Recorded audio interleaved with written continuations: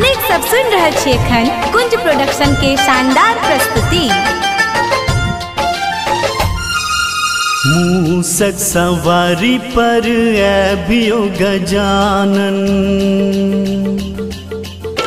मूसक सवारी पर ऐबियो गजानन, मूसक सवारी पर ऐबियो गजानन। रिद्धि सिद्धि संग ऐब ऐब का भोग लगैब हमर आंगन में, आंगन में। मूसक सवारी पर ऐबियो गजानन, मूसक सवारी पर ऐबियो गजानन।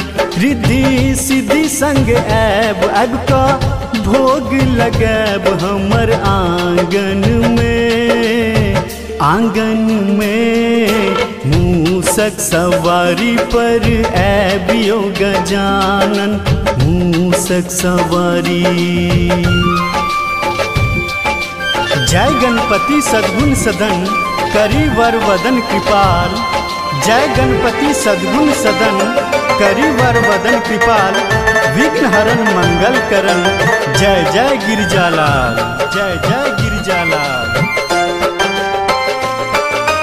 लाल सिंदूर के चंदन लगा का पान और फूल चढ़ाबियो, मोदक लड्डू सा भर भर का थारी आहा के भोग लगाबियो।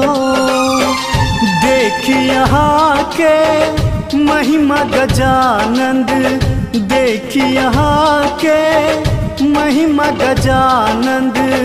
गीत गायब बेर बेर यो, सुनु यो गौरी के ललना गजानंद, सुनु यो गौरी के ललना गजानन। रिद्धि सिद्धि संग ऐब ऐब का भोग लगैब हमर आंगन में, आंगन में।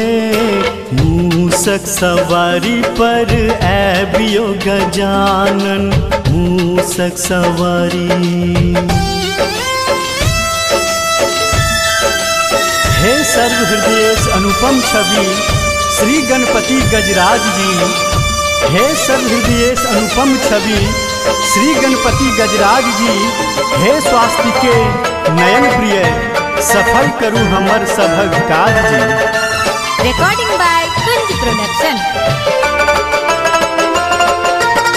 सुख देनिहार आ दुख के लेनिहार, आही चा गणेशियो। प्रेम दुलार आहा अही ना राखब, हुअन हमरा कलेशियो। अभुन सहा के दिल सब पुकारे, अभुन सहा के गीत सुनावे।